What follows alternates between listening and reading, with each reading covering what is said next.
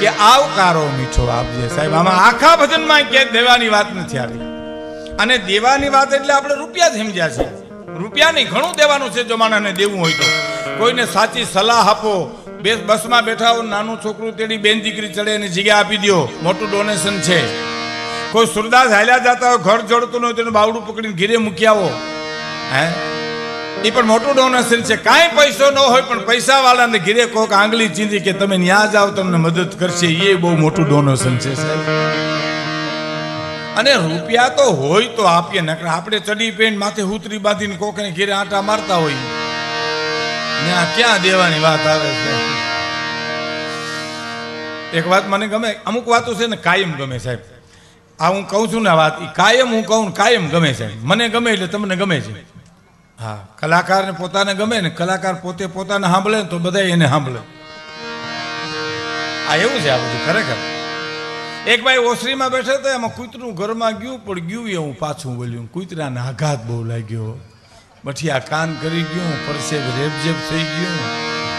અને આઘાત એ લાગ્યો કે આ મારા ધક્કા માથે પડે એમાં ગરધણી કેમ રહી શકતો હશે. એટલે એને આમ ગરધણી સામું જોયું તો ગરધણીએ શું કીધું ખબર? કાં જાને હાયલું લખ લખ લખ કરતું હતી, કાંઈક હોય તો અમે ન જઈએ, અમે અમથા બનેલીને બહાર નીકળી ગયા છું, અમારા ઘરમાંથી ઉંદેડા ગળા ફાવ ખાઈને ઘીરે બીજે ઘરે વૈયા ગયા છે, ત્યાં હું જાવતી મળે સાહેબ. પણ દેવાની વાત મીઠો આવકારો છે, આવકારો જીવાડી દઈએ.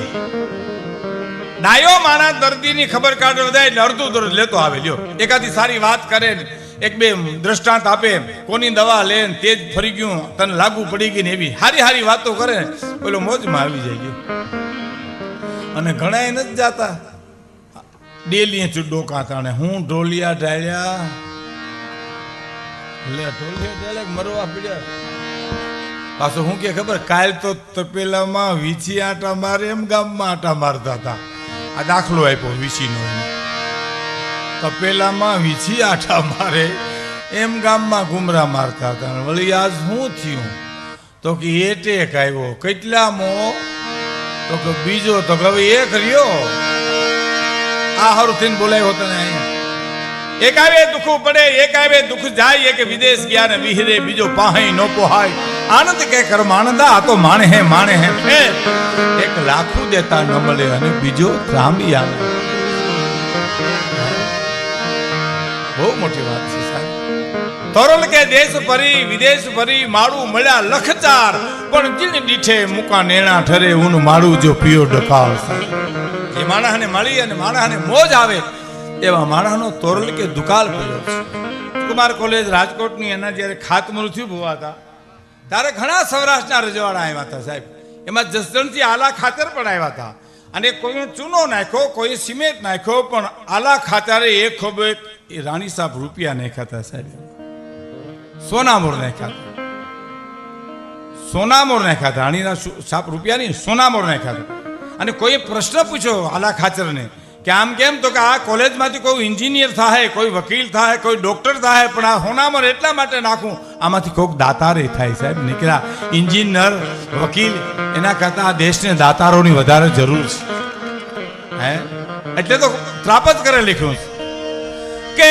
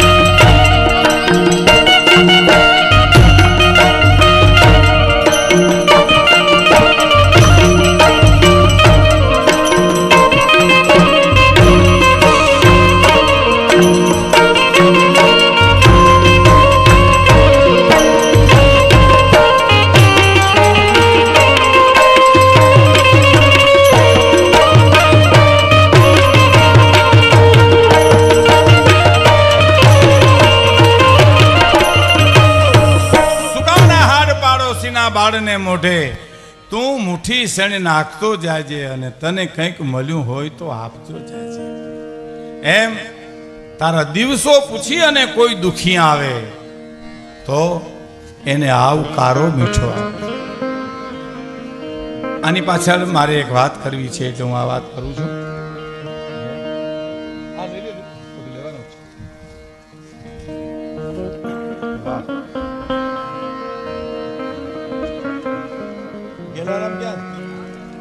મને એમ સાધુએ કીધું તું મને કે ભીખુદાનભાઈ શું સંપત્તિનો યુગ આવ્યો છે, રૂપિયા માણસો એટલા મળ્યા છે ને એટલા બીજાને આપે છે.